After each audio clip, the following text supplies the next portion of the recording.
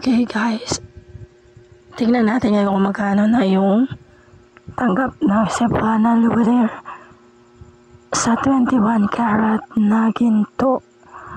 So ayan siya guys, no? Medyo pangit ang aking boses kasi napaus talaga ako mga guys, no? So yan, makikita natin na ang gulot. Tingnan mo kung gaano siya kaganda. No, this is an 88.3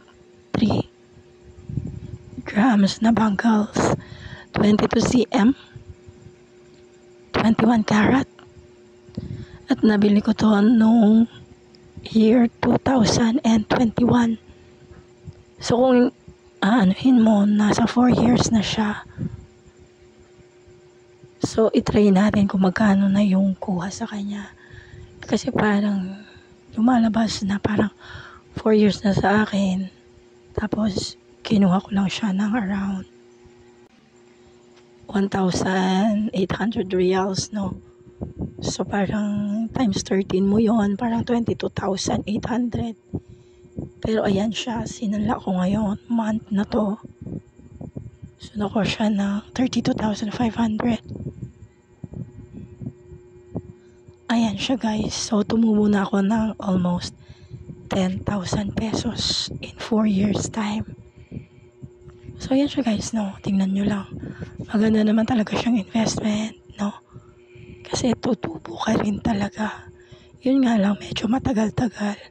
Pero at least sigurado mo talaga, natataas talaga ang value niya. So ganyan ang magiging interest natin, no? Ayan siya. So, sa 8.3 grams, ayan siya, 32,500. So tapos ayan ang kanyang tubo per month sa 1,200 something kasi 4% sila. Pero may tinatanggal pa sila bago mo masanla. Pag nagsanla ka, meron siya na advance interest in 1 month. So ayan, pumapatak siya ng 1,250.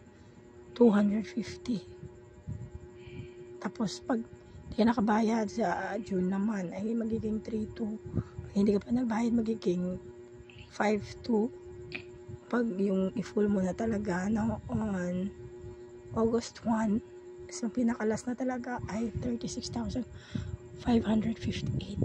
So ayan siya guys, malaki-laki na rin. Kahit hindi mo na siya tubusin, at least alam na talaga na tumubo ka na talaga. So ayan siya guys, kung meron pa kayong naitatagong mga kung hindi nyo kailangan, huwag nyo munang ilalabas. So ito siya ang computation, ipapakita ko sa inyo.